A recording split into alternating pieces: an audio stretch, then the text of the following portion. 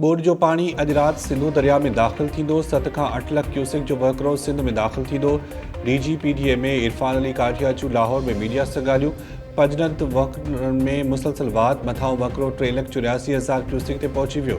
टिमुहे वटि बि पाणी वहकिरनि में वाध थी वई। पाणी वहकिरा 4,36,651 क्यूसेक रिकॉर्ड। गुड्डू बिराज वटि मथां वहकिरो 3,80,976 क्यूसेक ते पहुची वियो। सखर बिराज वटि बि नंढी बोट बरक़रार। मथां वहकिरो 3,29,648 क्यूसेक रिकॉर्ड। कोटली बिराज वटि पाणी वहकिरा 2,37,922 क्यूसेक ते पहुची विया। मौसमियात खाते अॼु खां 10 सितंबर ताईं सिंध में तेज़ बरसातुनि जी अॻकथी करे छॾी। मौसमियात खाते जो चवणु आहे त भारतीय रियासत राजस्थान में हवा जे घटि दबाव वारो सिस्टम वधीक ताक़तवर थी वियो आहे। अॼु सिंध जे ओभर वारनि इलाइक़नि में मानसून जो ताक़तवर सिस्टम दाख़िल थियण जो इम्कानु आहे। NDMA बि शदीद बरसातुनि सबबि सिंध में शहरी बोर्ड जो ख़दशो ज़ाहिर करे छॾियो। अॼु खां 10 सितंबर ताईं थरपारकर, मीरपुरख़ास, उमरकोट ऐं सागड़ में बरसाति जो इम्कानु आहे। नवाबशाह, ख़ैरपुर, सखर, लाड़काणो, ठट्टो, बदीन, सुजावल ऐं हैदराबाद में बि बरसाति जो इम्कानु। कराची में सुभाणे शाम खां 11 सितंबर ताईं बरसाति जो इम्कानु। अर्बन फ्लडिंग जो बि ख़दशो ज़ाहिर। मौसमियात खाते जो चवणु आहे त सिंधु दरिया में गुड्डू वटि सुभाणे पाणी जी सतह में वाध जो इम्कानु आहे। शुरू खां मशहूर हुया, कुआ नवा न आया आहिनि, उहे खाईंदा आहिनि। हर को गुल जो रूणा पवंदियूं आहिनि बंदर में, पर ओवरऑल तव्हां ॾिसो था डिपार्टमेंट हिन दफ़े माना परफॉर्म कयो आहे। असां बि पुर उमीद रहूं था। 2010 में टोड़ी बंद ओवरटॉप थियो। कट कयो न कट हण जी कंहिंखे यूनिवर्स बि जरूरत कोन थी। हाणे बि कट जी हिते के बंद जो मां तव्हांखे ॿुधायां त उते थोरो वनरेबल हुयो, पर उनखे बि उन पॉइंट खे बि सिक्योर कयो वियो आहे। कुआ शुरू खां मशहूर आहिनि, हाणे नाहिनि थिया, बंदि खाईंदा आहिनि ऐं हल्कियूं फुल्कियूं रूणियूं पवंदियूं आहिनि। इन भेरे आपाशी खाते परफॉर्मेंस ॾेखारी आहे। असां पुर उमीद आहियूं त सूरतहाल बहितर रहंदी। पीपल्स पार्टी MNA शहरियार महर जूं टोड़ी बंदि ते मीडिया सां ॻाल्हियूं। पीपल्स पार्टी MNA शबीर बजराणी चयो त 2010 में टोड़ी बंदि खे कट लॻायो वियो हो, पर पाणी ओवरटॉप थियो हो। कट लॻाइण जी कंहिं बि उन वक़्तु ज़रूरत न हुई। हाणे बि कंहिं में बि ज़रूरत न आहे। हिन वक़्तु टोड़ी बंदि जी सूरतहाल तमामु घणी बहितर आहे। के बंदि ते मसइलो हो, पर हाणे उहो बि हल करे छॾियो आहे। पंजाब में बोर्ड सबबि फौत थी वियलनि जो अंग 50 थी वियो। DGPDMA इरफान अली काठिया चयो आहे त सियालकोट ऐं गुजरात सभ खां वधीक मुतासिर थिया आहिनि। ईंदड़ 12 खां 14 कलाकनि अंदरि सूरतहाल में बहितरी ईंदी। 18 खां 22 कलाकनि दौरान कंहिं दरिया ते नओं अलर्ट जारी न थियो आहे। गुज़िरियल 24 कलाकनि दौरान सतलज में पाणी जी सतह में लाथ आई आहे। गंडा सिंह वारे हंध ते बि पाणी घटि थी रहियो आहे। जिसर, शादरा ऐं सदनाई जे हंधनि ते बि पाणी जी वहकिरनि में लाथ रिकॉर्ड कई वई आहे। मुल्तान ऐं शेरशाह जे हंधनि ते पाणी में लाथ आई आहे। अमरीकी फ़ौजी जहाज़ ॿोॾि मुतासिर लाइ इमदादी सामान खणी पाकिस्तान पहुची वियो। अमरीकी सफ़ारतखाने तरफ़ां जारी कयल बयान में चयो वियो आहे त ॿोॾि सबबि नुक़सान ते ॾुख ऐं मुतासिरनि सां हमदर्दी जो इज़हार करियूं था। ISPR मूजिबि अमरीका जे आर्मी सेंट्रल कमांड जे ज़रिए ॿोॾि मुतासिरनि जे लाइ इमदादी सामान खणी पहिरियों नाम पाकिस्तान पहुती। अमरीकी अख़्तियारनि इमदादी सामान पाक फ़ौज हवाले कयो। इमदादी सामान विरहाइण लाइ आर्मी फ्लड रिलीफ कैंप्स में मुंतक़िल कयो वियो।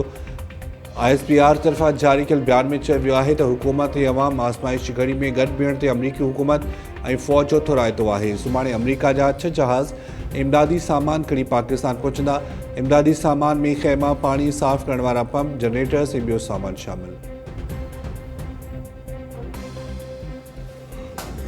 ॿिन्ही जहाननि जे सरदार हज़रत मोहम्मद मुस्तफ़ा सल्लल्लाहु अलैहि वसल्लम जी विलादत जो जश्न मज़हबी जोश ऐं जज़्बे सां मल्हायो पियो वञे। सिंध समेत सॼे मुल्क में जलूस कढी महफ़िलूं मुनक़िद कयूं वयूं। हर तरफ़ आका जी आमद, मरहबा जे नारनि जी गूंज। ईद मिलादुन्नबी जे मौक़े ते ॾींहं जी शुरूआति इस्लामाबाद में 31 सूबाई गादी वारनि शहरनि में 21 तोपुनि जी सलामी सां कई वई। कराची, हैदराबाद, सखर, लाड़काणो, शहीद बनज़ीराबाद ऐं मीरपुरख़ास जे नंढनि वॾनि शहरनि में रैलियूं कढी महफ़िलूं मुनक़िद कयूं वयूं। मुल्की तरक़ी ऐं ख़ुशहाली लाइ ख़ासि दुआऊं घुरी वयूं। मलीर, कशमोर, कंदकोट, जैकबाद, शिकारपुर, कंबर ऐं शहदादकोट में जुलूस कढिया विया। घोटकी, ख़ैरपुर, नौशरो फिरोज़, सागड़ ऐं नवाबशाह में जुलूस कढी महफ़िलूं मुनक़िद कयूं वयूं। मटियारी, दादू, ठट्टो, सुजावल, बदीन ऐं मिठी में जुलूस कढी महफ़िलूं मुनक़िद कयूं वयूं। वॾे अंग में माण्हू शरीक। हर तरफ़ मरहबा या मुस्तफ़ा आका जी आमद, मरहबा जे नारनि जी गूंज। जुलूसनि ऐं महफ़िलनि जी सिक्योरिटी जा इंतज़ाम इंतहाई सख़्त कया विया।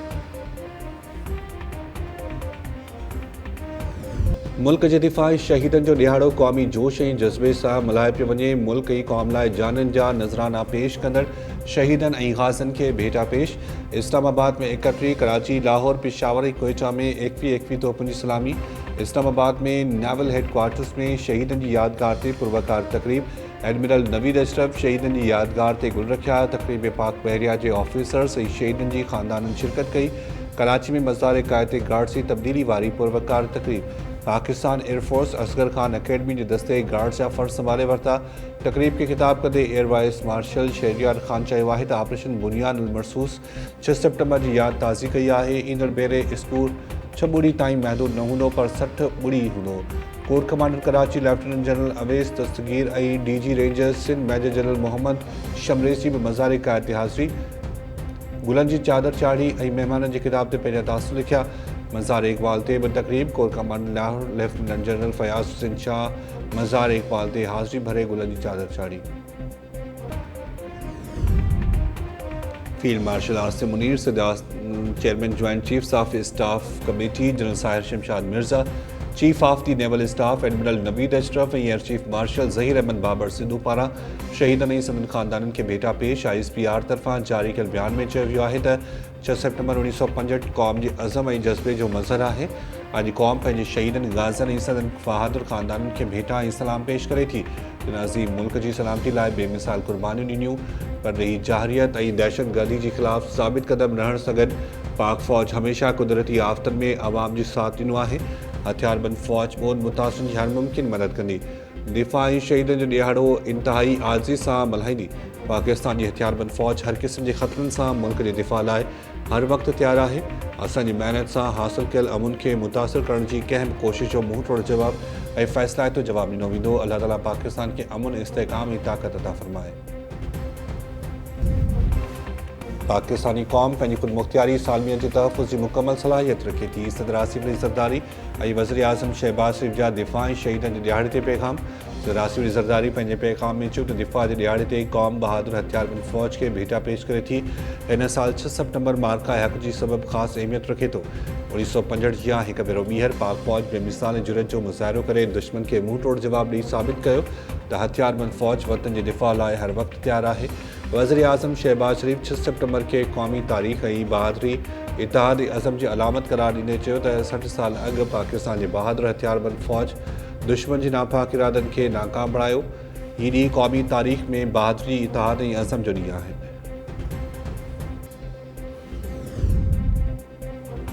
ऐं अमरीकी सदर डोनाल्ड ट्रंप चयो आहे त हमास सां अमन मुआहिदे ते ॻाल्हियूं आख़िरी मरहले में दाख़िल आहिनि।